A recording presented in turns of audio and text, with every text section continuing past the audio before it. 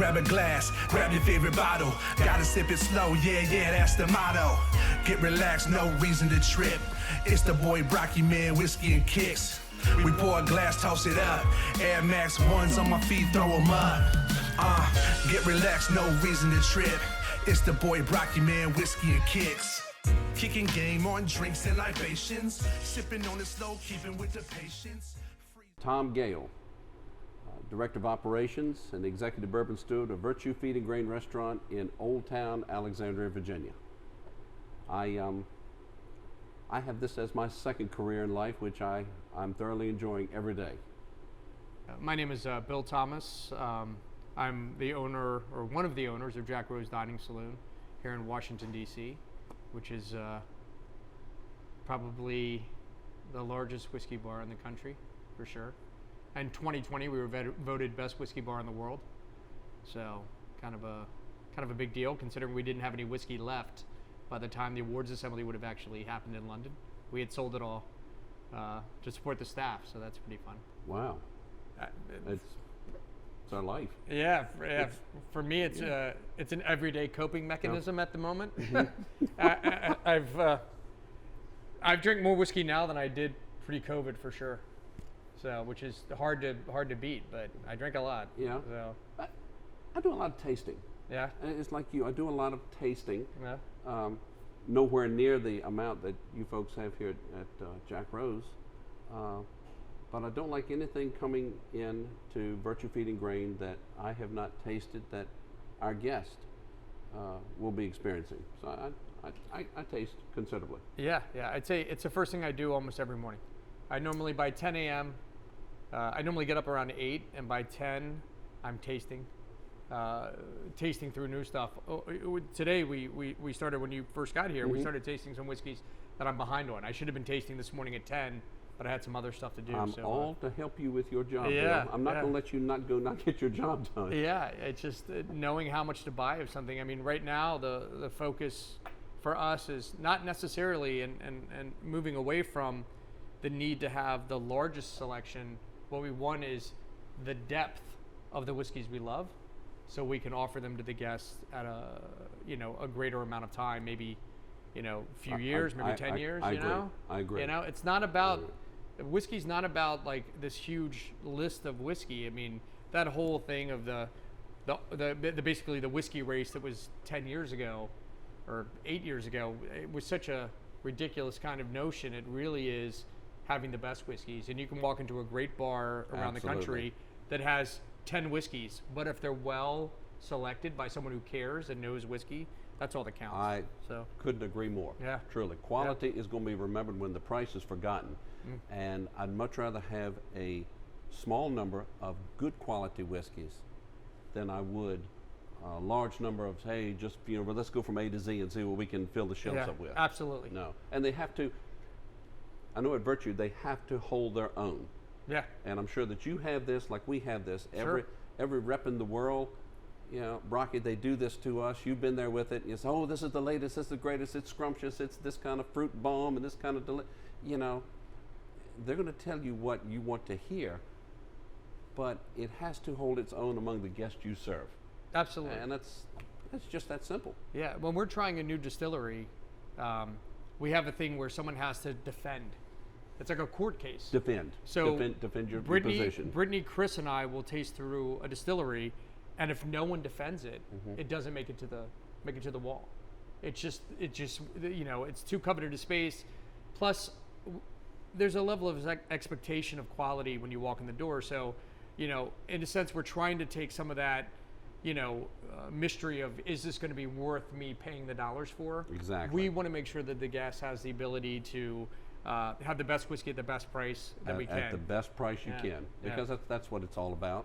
So it truly is. Tired. So this is. What are you sipping on right now? What are you pouring right now? so I'm pouring Highwire Distillery out of Charleston, which is made with Jimmy Red corn, and it's a great new distillery. And when I say new distillery, I would define it as the last decade, something that's opened up in the last decade, or distilleries that started redistilling in the last decade.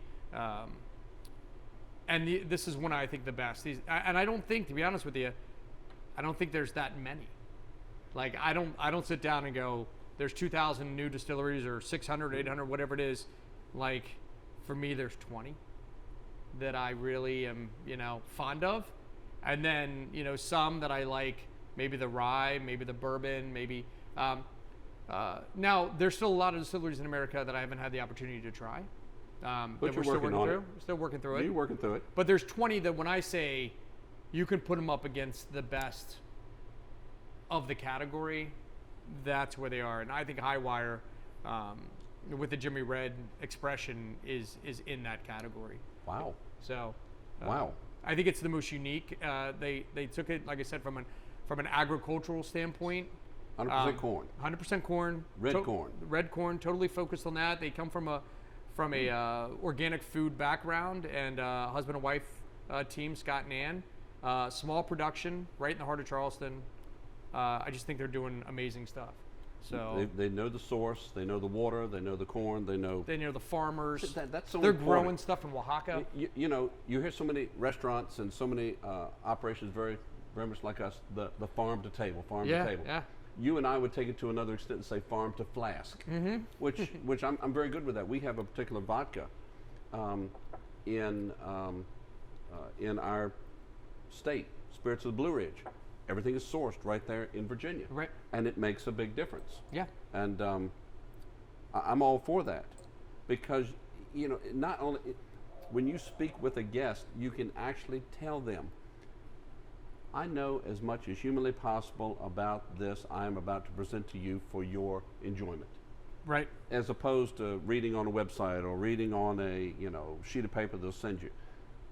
This is where I don't say I'm jealous or envious, but I'm jealous and envious that you've got the right, you can do so much of this, and we in Virginia currently don't have that ability.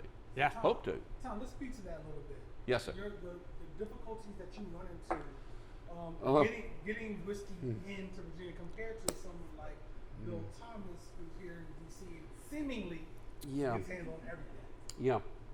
Yeah, I thought this was going to be a friendly conversation, Brocky, Bill. I thought we were all going to get along as friends.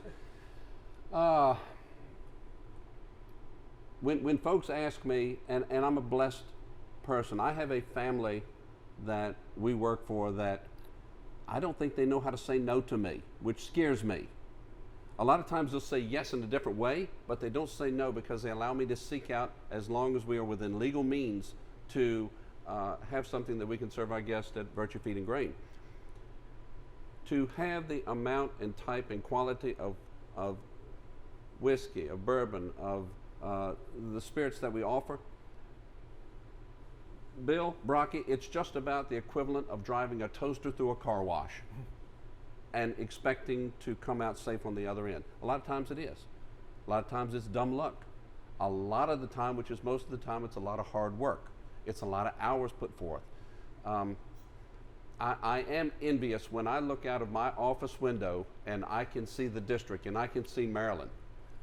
I kind of know what Moses felt like. He says, oh, that's the promised land. Yeah, you can't go, but everybody else is going, okay? And I wish things were a little different. I'm hoping it will be. We're working as hard as we possibly can to make it different, but until that time comes, we have to use what we can do. So, like these two items right here, for example, just two items off this plethora of wonderful spirits. Neither one can I get in Virginia. Neither one. I can get it from my personal consumption, my personal bar, which I very seldom do anymore, which people think I'm handing them a line, but I don't. I'm kind of like Tom Hagen in The Godfather. I have a special practice. I serve one client. Yeah. And these are two fine, this family right here, and I call this a family, the Willett. Here I've learned about these folks in South Carolina. Not yet, because the laws are so different and stringent, and the terms, I'll call it, are so different. This is why I love the idea of coming over in the district and saying, hey, Bill, how you doing? Yeah, I think the only thing that'll hopefully help you in the future is the fact that you guys are opening up distilleries. And those distilleries will push because they want to get their products out. I agree. That's your closest thing for Virginia and other states. I think that if anything, distilleries will probably pave the way for increased laws and openness within the state. I think that's the best thing to hope for. It's really sad because obviously there's a lot of great whiskey being produced around the country that, Virginia can't get, and Ohio can't get, and Pennsylvania, and missed opportunities. Yeah, absolutely. Missed opportunities. It's a situation that I think does not need to exist, but without pushing the limits too hard and without the wrong people watching this little broadcast we're doing, I want to make sure I understand that I honor and respect those decisions. I didn't say I agree with all of them, but I do honor and respect them. But if you want a great bourbon, you need to start with a great new You make. know what you're describing is what, respectfully, the old guys knew. Yeah. The old guys, even going back into the hills, has said if it's not good, everything, you're on the money with what you're saying. I think somewhere along the line, a lot of them lost sight of that. Yeah. Hence, entering the bean counters. Yeah. Well, you can still make money at that. Well, that's, you do a lot of stuff like that, and you sacrifice quality for quantity. Your income is going to become your outgo, and then your upkeep is your downfall, and then it's not worth regenerating. Yeah. So, Bill, the bourbon boom have a lot to do with people maybe doing things to make $1 as opposed to trying to create the best product? I think first of all, the Big Ten, right? The ones that were in Kentucky, the ones that produce 90% of the whiskey or the bourbon on the market, phenomenal. I mean, let's face it, pound for pound, Evan Williams bottled and bond for $19, fantastic. Beautiful, right? wonderful, wonderful, good juice. Yeah, I mean, those guys, as much as they were looking to, make money, be profitable, I think they had a lot of institutional kind of quality through Parker, through Harlan, that kept quality up. Those guys we didn't have to worry about. I think, if anything, we saw some of, and most distilleries across the country that opened up in the 2000s till now, kind of cutting corners because they didn't have good business plans. They didn't have, they didn't understand, economies of scale. They did a lot of experimenting, thinking that we can maybe cut some corners. And I think that really hurt the craft movement overall. And at the same time, it wasn't like the craft beer movement where you had a lot of big institutional breweries brewing a lot of really bad beer. Yeah. And then the craft guys came in and said, well, wait a minute, we can bring our product to market immediately. We can bring it at a cost that's competitive, and we can bring a superior quality. Exactly. The craft movement is in a position where, obviously, to lay down whiskey for 4 years or 5 years, they don't have and then to produce it at a rate, to buy the corn in bulk, to buy the barrels in bulk, they don't have the economies of scale to make it work. And then you got that time factor. We can mess with everything in the world. You can mess with Mother Nature, but Father Time is not negotiable. It's something that's priceless, but once spent, and you've got to have it. I think, absolutely. I think even Julian said that. It's Yeah. like going back to his papa. He says, you got to have the time. Yeah. It's got to have the time. It's got to rest in that barrel, and it's got to be good product in a good place for it to.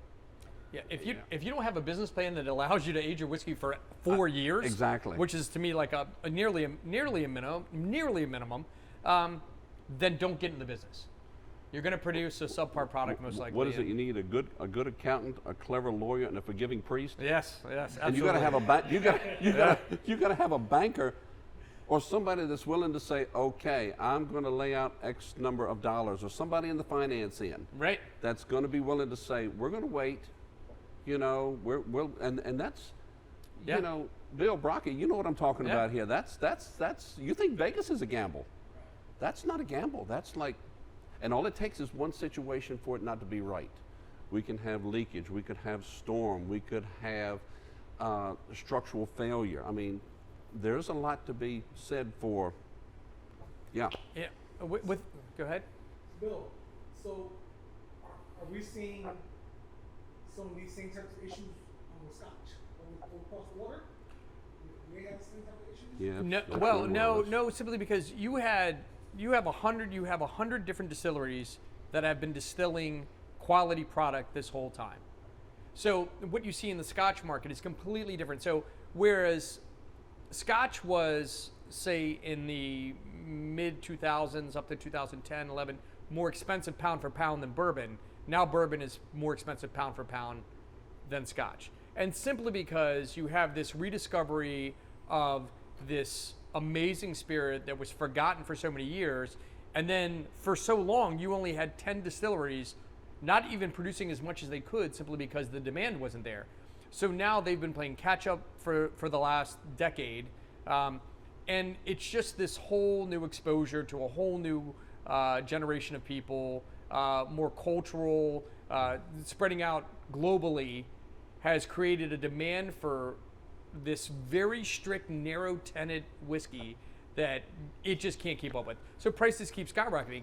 With Scotch, you have 100 people that have been expanding their production facilities, and you see this amazing quality, and in a sense, I think a sleeper, because the quality and the density of product out there and the price point is better than bourbon. It's flipped. It is completely flipped since 2011, where an average Scotch for quality is cheaper than the average bourbon quality. You know, now bourbon will play catch up, but right now, like if someone said, "What's your value pick?" Scotch. Now that being said, you have then something like these, which are crazy because we have a 3 to 4 year old both of these whiskeys, and you're wait a minute, it's only 3 or 4 years, and it's amazing. Like I'll put this up against age stated stuff, 15 years, whatever, simply because the distillation is amazing, the new make is amazing, everything's amazing. Exactly. And everything has to figure into that. Yeah. From the still itself, and the man, Mike Sherman, Vendome. Yeah, I know, Mike. Yep. Mike, always go to the guy who makes the equipment, who makes the product. You know, a lot of folks will say, "Well, what's the big deal on the store?" Go to the real source. Go to the Genesis, and he will tell you a lot of these different distillers. I can tell you how they're doing it because I put their machine in that's doing it for them. I can tell you what's going in it. I can tell you how they're handling it. I can tell you how they're aging it. The Scotch thing of a long time ago was, and still I see a lot of times you'll see the sale things come over on your little internet, on your telephone, you know, a bottle of Macallan went for X number of $1,000. You know, as a couple folks over here, some of your neighbors right here in the district have some of the big bottles that, you know, the price is so high you got to get up on the stepladder to see it. But I agree with you 100% in that a lot of the new distillates that are coming off have immediately, they've like jettisoned to that level, and they're holding it. They're holding it. The problem is everybody else is coming in for one or the other, either the personal enjoyment, for the enjoyment of their guest, and then there's that other element that really just kind of stirs me up to talk about it, that, yeah, I want to make sure that this is still a family show, and I don't want to get out of line by what I might say. I tell you, when you look back, and here's really the revelation is, when you look back on the whiskeys that we're willing to pay $1,000 a bottle for, and you look back at 1970s Old Fitzgerald, Old Taylor, Old Grandad, and you see that bonded tax strip, and you flip it over the back and it says, this whiskey is 4 years old. Yes. And you're like, this shit is amazing. It is. Why is the 4-year-old whiskey out there not as amazing? And then all of a sudden, Willet comes on board with 4-year-old. Boom. It's crazy. And High Wire and New Riff and 80 Laws and God, who I just feel like I'm missing so many. Castle and Key. I was just at 72 hours ago. Castle and Key. Their new make is freaking delicious. Beautiful facility. And New Riff, what they're doing with their peated mash and the backsetter and the malted, they're probably pound for pound, I think, the first smaller distillery, because I don't want to use craft, but they're smaller than the big guys, that are so creative, and they took experiments, and you would say this shit is going to fail, but they just nailed it, one after another. The Maltster, the Winter, and the Backsetter. What's the one that I bought a bottle of from you? Your private label, New Riff. New Riff. Yeah. They're killing it. But what was the makeup on that? Oh, that was a typical rye bourbon. I didn't bother to look at it. It was just that good. I said, okay. It's their biggest problem is they did experiments, single malts and stuff, and you know they haven't done them consistently, and now they're like, shit, we got to now wait another 4 years. But they were all freaking killer. Yeah. Like, this is insane. And you know why? Because they came from it like Jay, one of the distillers there, is us. He came as a drinker. He came and said, I'm a drinker. He really thought things out, and he was like, what would I want to drink? And it freaking worked. And it wasn't like, what can I sell? What new experiment will get me a skew on a bar thing? No. He said, what would be cool? What would I want to drink? Like. And he's nailing it. And that's what that right there, that's almost like the entire synopsis. What you like. I don't care what the reviews say, because we can type in everything in the world and it not be that. It's what according to the dictates of your palate. We have a say at Virtue, and we've had staff gatherings and such. Never ever would you hear one of them say, no, I don't like that. That's just awful. No. I'm sure it is good to some, but to me, it is not my palate. Right. It's not my palate. It's still respectful. Being a child of the South, I was not drug up. I was raised. And it's a matter of saying what might be good to you might not be good to me. You can't argue someone's palate. You can't argue someone's palate. No. You know that. And that's the great thing about what you do and what I do. Yes. Is we'll take you on the journey. We'll take you on the journey. We're going to figure out, we'll go to palate. We're just going to keep dialing you in till we find that great bourbon, till we find that great scotch, till we find that great, whatever. I mean, we are going to work through your palate until. You like. Yeah. That's why I like flights. Yeah, absolutely. I love flights.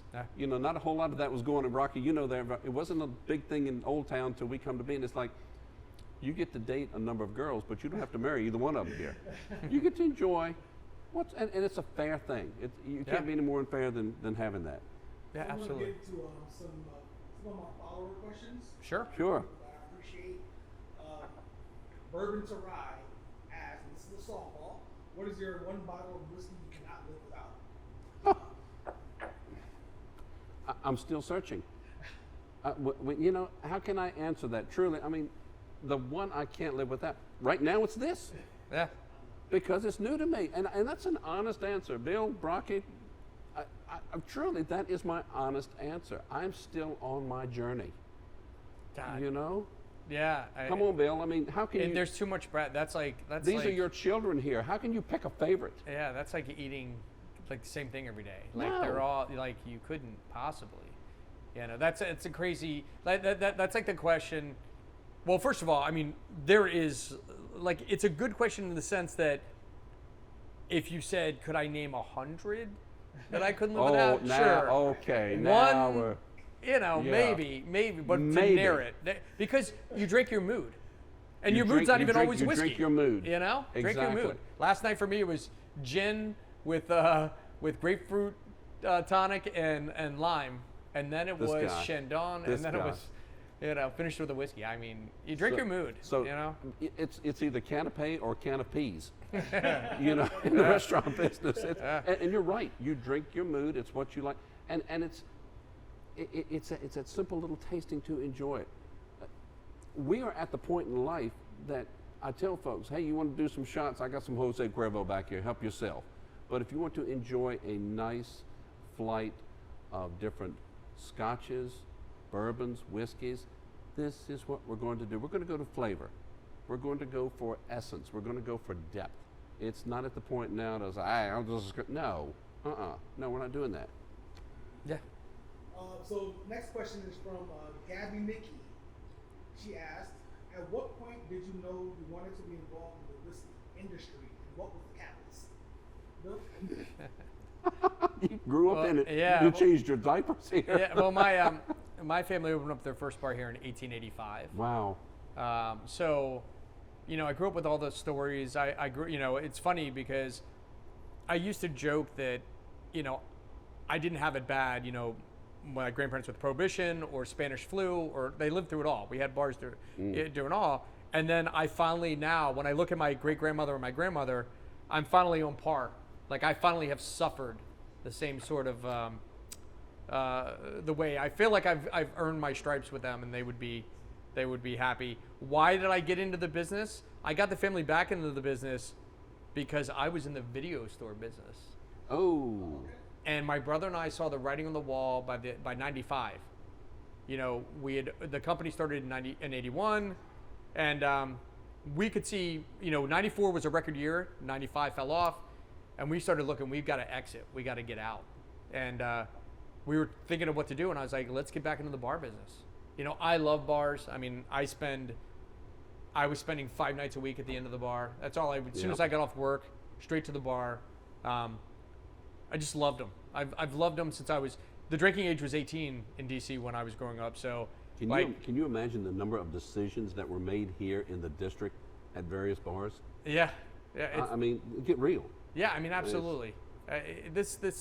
You know, I mean, at any tavern. I mean, right? I mean, taverns were once the political center That's where it was. Anywhere, right? I mean, it was all about that. You know, break out the cider or the drink of choice of that day, and this is how we're going to make our decision. We sit down, and that's how it's going to be. Yeah, I mean, that's where you know, I couldn't remember which congressman or senators it was, but they mentioned. You know, in the old days, they would come into an impasse on congressional floor, Senate floor. They would head over to like the Hawk and Dove and sit and have pints, and they would work through that bill. We're going to work through it. They're going to work through it. Like back when it was more, you know, Americans from 2 different parties just working through something. You're hungry, you're thirsty, you're rung up. We need to sit down. What would be the term? Step back from it for a moment. Let's sit down and dispense with the formalities. Yeah. And, I only wish we could have, you have to be careful now. You can't walk up to a bar and talk politics. No. Because everyone misinterprets. You can't do anything. I miss that. That's the one thing I miss about the bars the most. I have to tell folks real quick, when that kind of comes up in conversation, I'm neither a member of the red party nor the blue party. We're members of the green party. Yeah. And what was it? They actually had the whiskey, what was it? The bourbon consortium or the bourbon trust? Oh, come on, what was that? We're doing E.H. Taylor days here. Come on, man. I depend on you for things like this. I know. I'm trying to think of, I mean, obviously Henry Clay's famous lubricating the wheels of Congress. Absolutely. The great statesman himself. But yeah, I miss the fact that a bar was once a place where you could have thought and people respected it, and now we no longer have that discourse, and that's a problem. Nobody listens to each other. I miss like sitting at the bar and just meeting new people, and just from wherever they're from, and hearing what they thought or what politically they thought or what art, or it just but politically, DC, we're all political junkies, and now you don't dare talk politics because someone will be offended or someone will get upset, and I miss that. That's the one thing I do miss. And I've got friends on both sides. I mean, obviously, traveling to Kentucky, you don't leave the most blue city and then travel to one of the most red states. No. Right? No. I mean, if you're not open to hearing other individuals, then don't go to Kentucky. No. From DC, you will hate it. They are right. I mean, don't step equal opportunity offenders. Yeah. You don't like our apples? Don't shake the tree. I'm going to say that this is a funny story. Now I'm not going to name who it is, but I was invited by the democratically elected mayor of Louisville to the Kentucky Derby. Okay. All right, and I'm in the paddock, looking at the horses.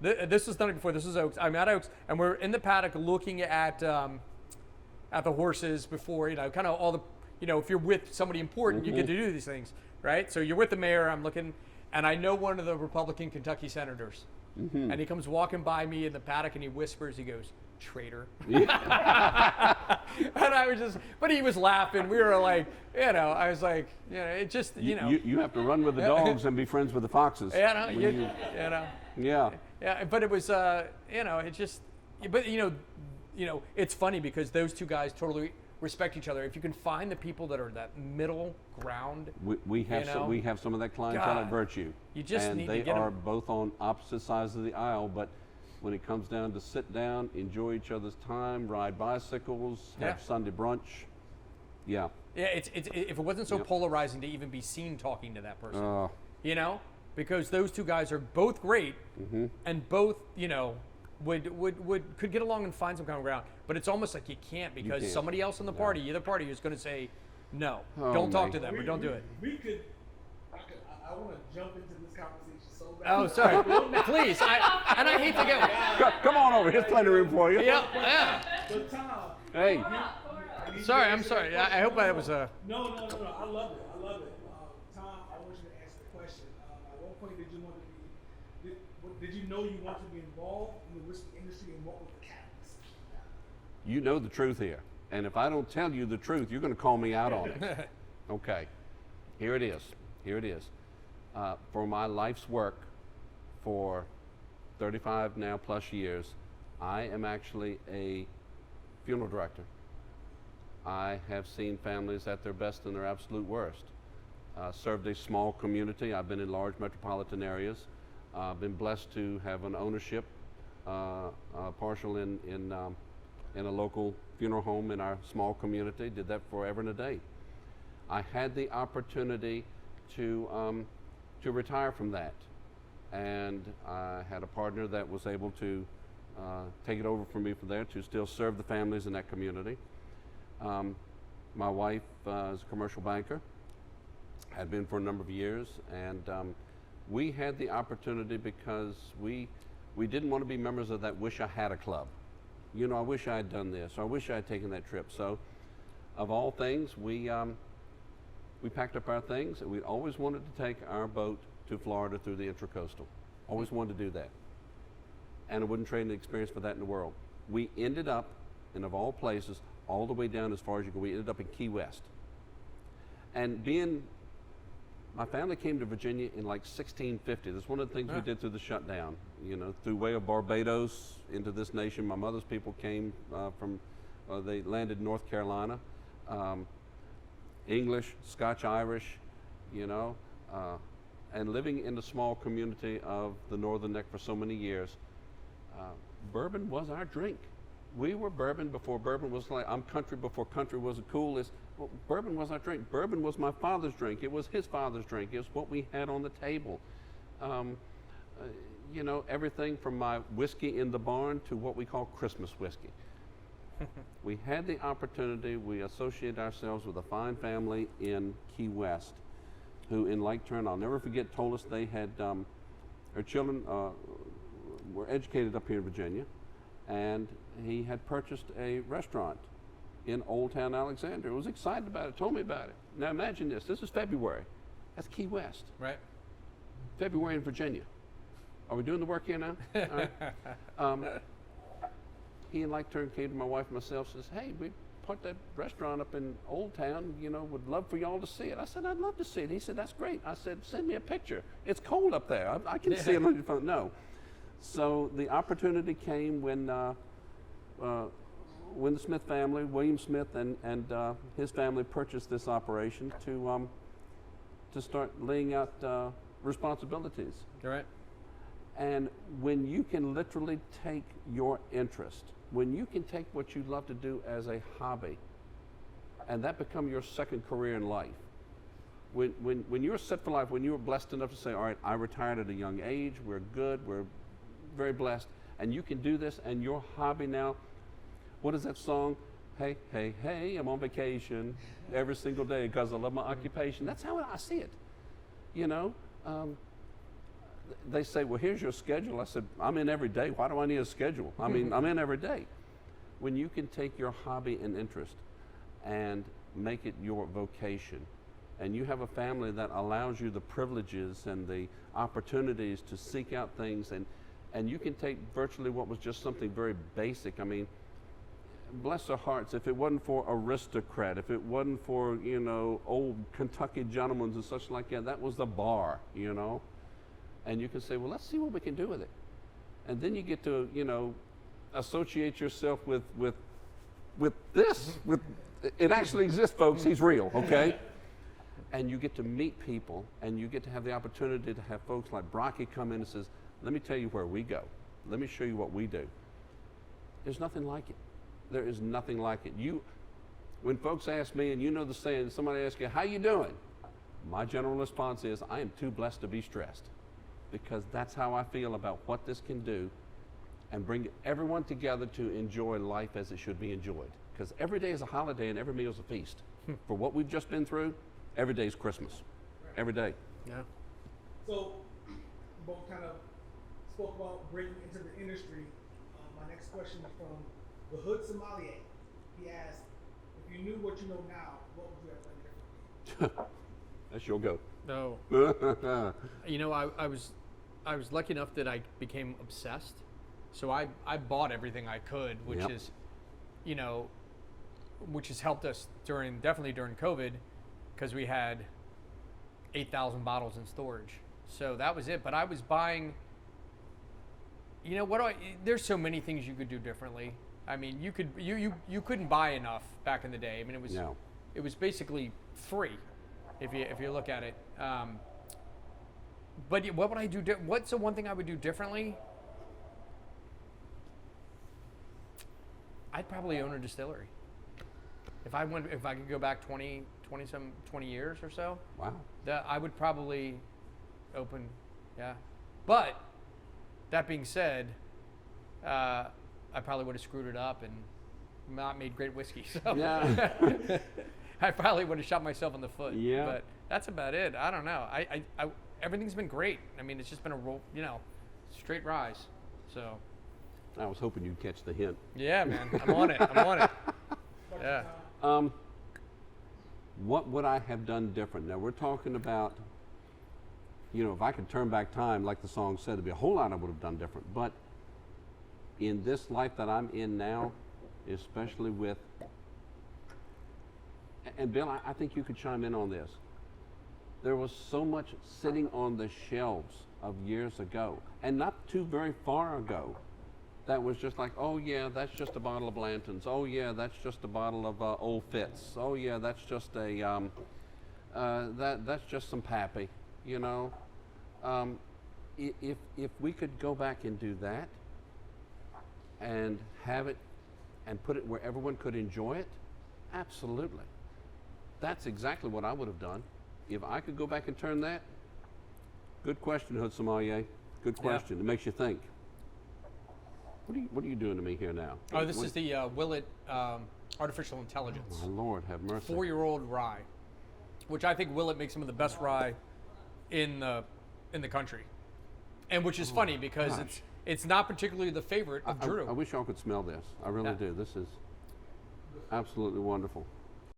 This particular cask was done in I think it was Hofmeister cooperage, which is no longer around. And it just imparts this incredible flavor. It's sad that the cooperage isn't there. Drew has about 200 more barrels of this. See, entry proof, 110%. Yeah. The bean counters hate that. Yeah. Oh my goodness. Yeah, you could. But I get it. These guys, I mean, when you talk Willett, when you talk Highwire, when you talk Wilderness Trail, New Riff, Bardstown Bourbon Company, you have. And then in Castle and Clee, you have at least 6 distilleries coming online that are producing a tremendous amount of whiskey. This will give greater access to the consumer. The price points are fantastic on a lot of this stuff. It's really going to help. The big guys can't keep up with demand. Having distilleries of this size, specifically Bardstown Bourbon Company, Willett, Wilderness Trail, that are putting out hundreds, up to 240 barrels a day, 80 barrels a day, you're going to see the ability to get amazing whiskey at a better price point. They're going to watch every one of those. They know everything that goes into every barrel, and every barrel they know. And when you're dealing on that smaller a scale. Yep. Yeah. It's the sad part about cameras right now, that you can't actually smell that. That is. Oh my goodness. This is the best time to be a drinker, for sure, in the history of the world. Just because the greatest cocktails, the greatest wines, the greatest gins, the greatest whiskey, the access, put into hands of people that know how to serve it, how to make cocktail. I mean, this is the time. If you were a drinker and you said, when would I be born? It would be now. Absolutely. Hands down, there's more great distilleries in the world than ever. And there's more great bartenders than there have ever been. It's really the golden age, I think, of the bar scene. And I agree with that, but Bill, they've got to. If you're going to maintain a level, you've got to bring your A game to every bit of this now. I mean, the old days of the old Hoopenheimer or whatever kind of whiskey you want to pump out, there's no room for you. Yeah. I mean, these are all straight games, and this is delightful. I don't. There's more great distilleries coming online. I mean, you know, ask me another 2 years, we're going to be talking about another 5 amazing distilleries putting out a lot of stuff. I'm pretty optimistic. We just can't keep up with demand. I mean, Buffalo Trace can't keep up with demand. Heaven Hill can't keep up with demand. I know you've been there. I've been there. If any of you folks been there, Brocky, you need to go there. Go to the Buffalo Trace Distillery, okay? Mike Sherman was telling me about this. You need to see these things at Bendome. Did you ever see the movie The Hunt for Red October? Sure. Okay, you're looking in that one section when they pan and you're seeing all those missile silos inside that thing. It looks exactly like their fermentation room. It is huge. When you had like fermentation tanks that were 5, 10, 20,000 gallons, ooh, those are big. They have 12 of these things that are 90,000 gallon tanks, and every one of them are working. Yeah. And they still can't keep up And they still can't keep up with it. And here's the craziest thing when you think about Buffalo Trace. They still put out an amazing product. They put out an amazing product. With scaling up. How is that possible? We were blessed to come into one of their barrels. We come into one of the barrels of Blanton's. We came in one of the barrels of the Buffalo Trace, the bourbon. It's exquisite. Now, his mother's brother's wife's child's cousin's daughter's uncle son twice removed was this boy's, and he's right. Yeah. They are all, this is a family thing. Absolutely. And it's, you know, for what might be your brand, we all still look out for each other. And I just found that to be, that's what it goes back, Brocky, like we were talking. Why do we do this? Yep. Before Brocky asks this question, I have to ask, did you get any of the Party Bus stuff on camera? It was all recorded. Okay. All of that. Not by me, but they had it. Where is it? They actually had professional photographers and people follow because you need to get this on video, not just photography. yeah, Oh it was because to see Jimmy interact with Fred, because they are like Fred is like Jimmy's son. I mean, Booker, Elmer, and Jimmy were best friends. They're the old regime. The old regime. Fred is like Jimmy's adopted son in a sense, and the fact that Booker's gone, to watch those two go back and forth like father and son, you know. What's priceless, I just sat there and I was like, holy shit, I'm literally with, you know, the best, and I've known a lot of these guys for years, but then to see them interacting together, to be a part of that was huge. Oh man. And then we went over to Willett and Drew, and this is crazy. So we're picking barrels at Drew's place. You get this guy's distillery. We're going over here and we're going to select his whiskey. Yeah. You know? Yeah, and these guys are like, you know, getting judged. You know, what the whiskey. But Drew pulls out all these samples, and we're sitting there picking samples from there. And it's Eddie and Fred and you know, everyone. And I literally flew home that night. I got home that night. Yeah. So here was the thing. So you have to pick these barrels. And of course, I'm not shy about my opinion. And I was like, I picked the Willett barrel, and I go, this is the one we should pick. In front of Jimmy and Fred, and they all were like, no. No. Right? No, this is not the Yeah. one. Except for Chris Morris, you know, the master distiller from Woodford and Brown Forman goes, Bill, that was my, and he's always so nice. He's like, Bill, that was my second favorite. And so we get this. So we don't pick the barrel that I wanted. My friend Jared also was there, and he thought the barrel. But I get home that night. I actually flew home from Kentucky that night. I'm sitting in my living room, 9 o'clock at night. Drew calls me. Yeah. Right? We're on the phone, and Drew goes, what the F? The barrel you picked was the softball. I put in the samples. I thought he had weighted it. He's like, this is the barrel everyone would pick. He wouldn't show, and no one. I was like, Jared and I were the only two, and it's like. Can you imagine that? You know, he come out with a statement like that, and all them the old heads say, "Now, Bill, that's nice. Now run along, let the grown-ups talk." I feel like that would happen to me all the time. I was just spinning that little thing on top of your hat, you know, like sitting there. I was like, You're like the little kitten who's trying to keep up with the lion. Exactly. But here it is. I've chosen the winner. I have not chosen anything. I will go back to my seat and. So my next question, James, Yeah. from Alexis here. Hi, Alexis. My question is, what is the best way for millennials who may feel intimidated by the world of whiskey to jump in and start learning about it? Ooh. I'll take that one. You gonna? Yeah, I'm gonna go with this one. I'll throw it back at you. Sure, right? yeah. And the reason being is because we have a lot of that in Old Town. Yeah. You've got your share here in the district. Yeah. But a lot of the Old Town, hey, I want to get into whiskey. And one of the things I've seen the mistake made is that you'll see the big tough guy come in, looking all good with himself. I mean, he's Mr. Jim, and he's got his nice, cute little darling with him. He'll walk up there and he says, "Give me that stag up there, pour it neat for me." The stag junior, yeah, the stag. Give me the stag, pour it neat. And you try to intervene. You say, now, and that's a very good pour whiskey, sir, but how about we get a nice sphere for you to, no, you ruined it when you put water on it, hand it to me. And this is not going to end well, gentlemen. This is not going to end well because he's the tough guy who wants to get into whiskey. He takes a sip of this 138, Fireball, just kicking proof, and it's like, what are you doing on these? And his little honey is going, "Honey, are you okay? You all right?" No. You want to impress her, get a job, pay your bills. What we want to start folks off that want to enter this world is to be gentle, to take your time, to low proof, to say, now let's talk about your palate. Let's talk about what you like. Let's take it easy and do a nice, simple flight of something of a low proof and work your way up. And don't sit here and shoot these things. Take your time with them. When Bill put this on the table, that's the mark. That's the mark of a professional right there. Yeah, I would say, I will tell a separate story just because I think what he described is just a general freaking jackass. Yes. Right? I mean, somebody that you don't give a shit, right? Yeah, absolutely. So, and I've had this. I had a group of guys sitting up in the front, and they are agonizing. They're going through, they're agonizing over every pick. And they're taking turns ordering. And then the new guy comes in. Here we go. I'm working the floor, walk over to the table. I was like, so here's our whiskey Bible. This is what they've been, going through. They've been really, and he just dismisses me with the back of his hand. Wow. And he says, wow, just bring us out a round of Pappy 15. Okay. And I went, you know what? Not a problem. That's like 100, back then I think it was 150 an ounce. Yeah. I was like, you just spent $1,200. Thank you, by the way. After everyone here has been a conscientious whiskey drinker picking each one. Mm-hmm.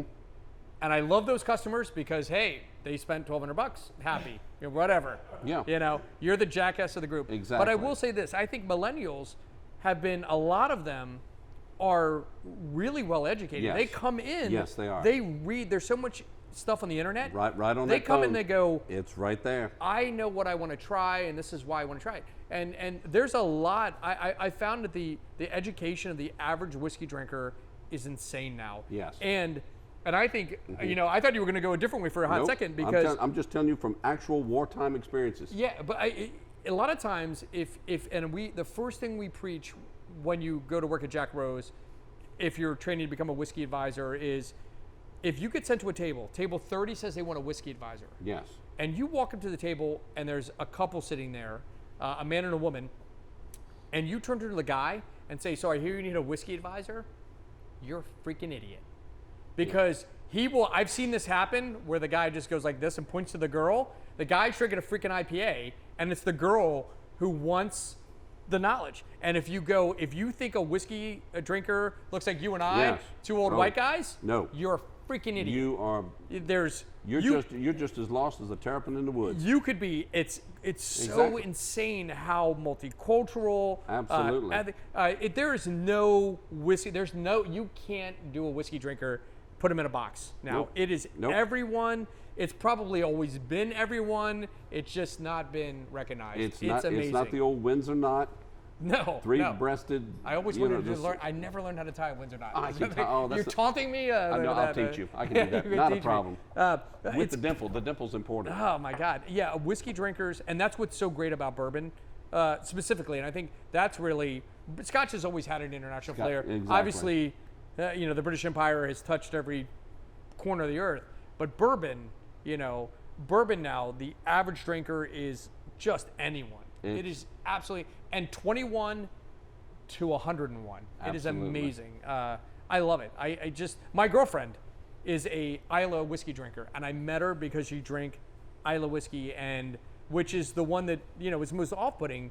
But she loves it. She's just like... I tease the boss all the time about that. I said, you love Scotch. I said, you don't have to die that way. I can fix that. Yeah. But here's the thing. When you drink, so Scotch has a lot of depth and breadth of character. Yes. But when you put these cask strength Whether you drink them Absolutely. neat, whether you drink them Right. with water, whether you drink them with the rocks, I don't care. There's no wrong way to drink whiskey. You just There's drink not. whiskey. But these hold up to any Scotch out there. Full flavor, all the strength, breadth of flavors. This is what bourbon to me is. It's just It's bringing all of us together. It's what it does. yeah, absolutely. It has. I just love it. We're the richest people in the world. You know that? Yeah, yeah. Bezos is a Boy Scout compared to how rich we are right now. Yeah. And he only lives like 4 blocks. Yeah, there he is over there. So, Come on in. But yeah, I mean, it's really impressive. The whiskey drinkers are all over the map. I saw my girlfriend looking at our whiskey Bible, just going through it, and I just walked up and I was like, "Can I help you with that?" And after Oh, that was smart. yeah, and after 20 minutes, I was like, "Do you mind if I sit down?" Because I Yeah. was like, you know, and now here it is 4.5 years later, you know, she just didn't want to get married during COVID, but I don't know. She's just. Here's the problem. Yeah. She drinks me out of all the great Isla whiskeys. Like, oh my God, her taste is like here. It's nuts. It's killing me. What if you have like my wife? My wife is a wonderful profiler. I mean, she can bring out the smells, the senses. She can just the whole 9 yards. She doesn't drink it. Oh my She God. doesn't drink it. I mean, I don't know if it's like I really don't like it or that she's so tight with the book. She says, "Nuh-uh, we're going to put that back or Yeah. we're going to sell it." No, we're not going to do that. Oh my But, God. I get it. I mean, she loves the good stuff, I have to admit. Well, she loves you. And when I remember when John Campbell was in from Lefroy, talking about like, yeah. there's only 2 people that she really gets it. Podcasters that she loves, Yeah. and then like Isla whiskey distillers So are her there 2 they are. superstars. Right. Like if a movie star walked by, probably not a big deal. But if you're from the pod, Yeah. if you're John Lovett or whatever, you're gonna get like, she's gonna be like, oh my God. And you're holding hands in both worlds here? Is that Oh how my you God, made the grade or what? And she's an epidemiologist, which Oh, means boy. every day is a nightmare There because she is. she gave me all of the straight skinny the whole time, Mm. which is horrible. Epidemiologist. For the Department of Defense. So like when this is going, she's like, you're in trouble. Yeah. You're gonna suffer. Y'all want to ask you to expound a little bit. You said Islay is the most off-putting. Well, I mean, because it's that smoky, Yeah, briny, that's a iodine-y. Scotchman's Scotch. Yep. That's It's Yeah. the one that people describe as like licking an ashtray sometimes, it is. right? Grab a handful of campfire ashes and drink rubbing alcohol. That's why they need us. Yeah. Because people will get thrown in the deep end of the pool Exactly. where you could take them on a journey and you could Please, find them the scotch that please. they need. Let's not run down So- there. Let's walk down there. Let's Yeah. take your. That's why I call in the boss. So The is boss that is where there. you would almost recommend people to, like, if they're feeling intimidated by the world of whiskey, would you almost recommend them to come in and do a flight with you? Oh, 100%. absolutely. 100%. Absolutely. Please. We will save you. Yes. We will make your experience so much better, and you will ultimately find the whiskeys that You're, really. you're holding you know. them right then in the palm of your hand if they're going to like this for the rest of their life or not. You really are. I mean, you would not start them off with something of a. We have a flight called the Proof and Nothing But the Proof. And you can almost imagine what that is. It's all Yeah. high proof stuff, barrel cast, Elijah Craig's, things to that Yeah. effect. But we also have a wonderful introductory flight. We have an introductory flight of our scotches, but we have one that's called the Best of Basil Hayden. The Best of Basil. Basil came right over here in Maryland, Yeah. originally. And it's an easy entry proof. We take our time with it. And that's a nice way to get started. Have something so it's going to be on the end, start them off basic, but take your time with them. Then build your way up. You're holding their future of the love of bourbon right then. And it can go 2 ways. Yeah. Anyone who says they don't like whiskey, No. they just haven't been on the right journey. You've never been on That's the right it. journey. I agree. Absolutely. This next question you may not be able to answer, but give me your best shot or pass. Live long and cocktail ask. What's the biggest scam in whiskey right now? Whew. Biggest what? Scam in whiskey right now. Scam. Yeah, you go. A scam. I'm trying to think of what I would. Ooh. I got it. I got Yeah, one. go ahead, I'll throw shoot. one at you. Every time I sit in line, waiting for the doors to open for the allocated items, 99% of the time I'm the only licensee buyer in line. It's the taters, the flippers. That's exactly what it is, broccoli. In my world, that's exactly what I'm seeing. And you can be just a few moments speaking, listening to the conversation to say, oh, I'm just a collector, I'll just like it for myself. And next thing you know, the right people get in line, they'll start talking the banter back and forth. To me, that's the biggest one right now. I'm so anti with that I'm actually curbing my enthusiasm right now, speaking against that, because it's not for the benefit of everyone when that happens. That's the biggest one right now in my mind. But yeah, I don't scam. And you see a lot of them that are trying to sell online. You see the different fills, you know, Bill, what I'm talking about. Oh, this is the genuine item. This is the genuine Pappy, or this is the genuine Michter's, or this is, yeah. I would have to say, I don't know. I don't think it's a scam. I think people just need to open their palettes and start looking beyond. Yeah. You know what they think they must have, and just, you know, and look at internationally. I mean, I think if all of us were international drinkers, it would open up the market a little bit. But I think there's a lot of great distilleries, Highwire being one. I'm very impressed with that. Willett is obviously already off the charts. I mean, you can't. But I mean, obviously New Riff, Castle and Keys coming online. They just put out Restoration Bourbon, Restoration Rye, or Restoration Rye. Mm-hmm. Start looking at them. They are just phenomenal price points. You know, Wilderness Trail has produced so much whiskey. There are 240 barrels a day that you can find their barrel picks in almost every state in the union. I love what they're doing. They do the 4-year at least sweet mash. Yeah, sweet mash. Sweet absolutely. mash. That's that. And do it well. He and I and I don't mean for our folks in the audience. I mean, we talk sweet mash, sour mash. We know exactly what we're talking about. But sweet mash is a hard thing to do and get right. I saw when you had a couple of them here, several sweet mashes. Oh yeah, because absolutely. it's got to be right, and you've got to be completely clean each time, and you can't use chemicals. You know, the old sour mash was like, that's the bouncer at the bar. I'm going to keep things good coming in here. But the folks at Wilderness. Yeah, buy them. Oh. Yeah, go find them. Good whiskey. Buy them. We have it on the flight. 89, 69, 59, 49. Yeah, I mean, just incredible values. Now they're also good in the yeast world as well, right? Yeah, Firm Solutions. Firm Solutions. I mean, they've got that down. But a prime example of that is Shane, or it should be Pat, actually. When he was coming here for a tasting, he stopped by Kroger's, a supermarket, and bought his own bottles off the shelf. Brought them. My God, they were delicious. I mean, vanilla frosting. Store picks. Store pick. Yeah. Store Like picks. he tried, and we brought it, and everyone went nuts for that particular store pick.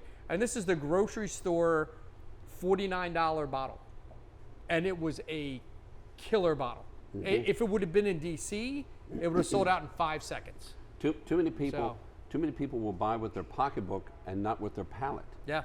And that is a huge mistake. That is of epic proportions when they don't take the opportunity to say, turn that price over and just taste it blind. Yeah. That is, and I could agree with you more. Yeah. Do it blind. Do Always do it blind. Always do it blind. Yeah. Makes for a great palate. Yeah.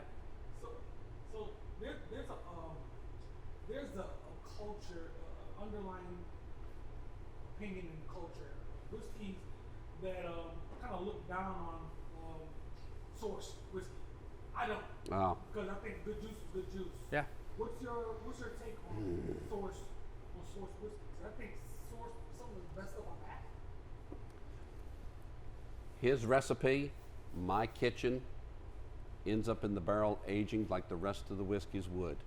I mean, when you're saying, a lot of whiskeys today still are sourced, when we say the term sourced, for what exists with the different bourbons and such, with the different, all of what we have in the whiskey world now. MGP, that's the big ones. Wonderful history there. Goes back to the Seagrams, goes back to the Remus. They do a good product. They do it on a much larger scale.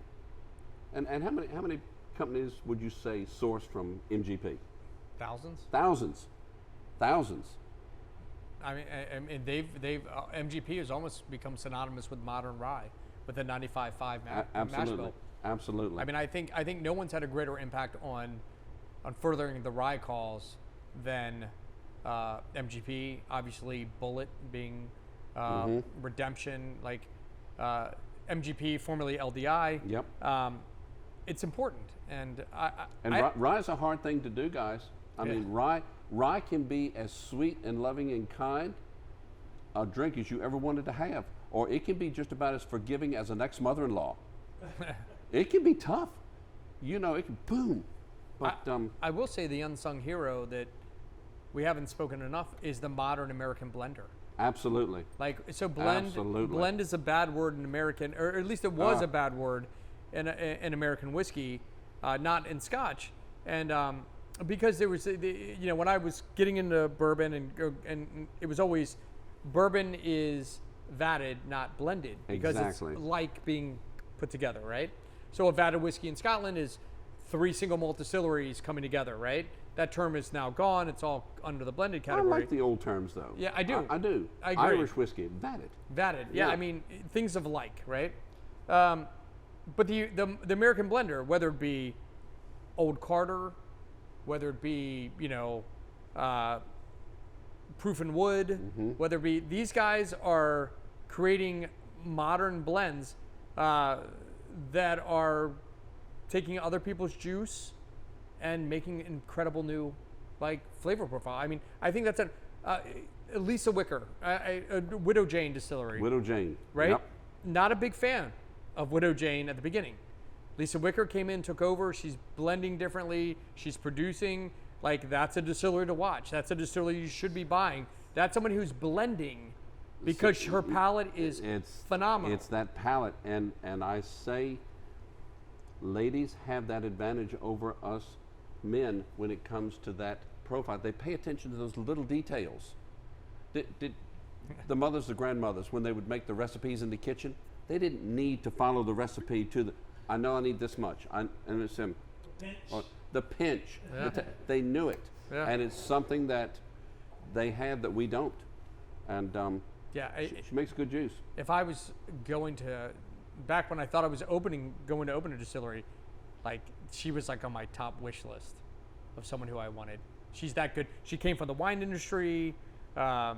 She's got a really bacteria. She has all of that from the wine industry, all of that sort of agriculture and what goes wrong, and then just her years at Limestone Branch, and then out at Ted Huber's place out in Indiana, which is Starlight, and then got hired by Sampson & Surrey to be the overall master fixer, and then centered in on Widow Jane. To be honest with you, I think she's turning New York around, which I think is probably the worst whiskey distilling state in the. Sorry. I don't disagree with that. I'm from New York. I don't disagree. There was a long time that I made a joke that I was like, New York just needs to freaking stop, and more importantly, Brooklyn needs to stop. Now that's changing. Those guys, it has been a shift of, in some ways, process by some of these people.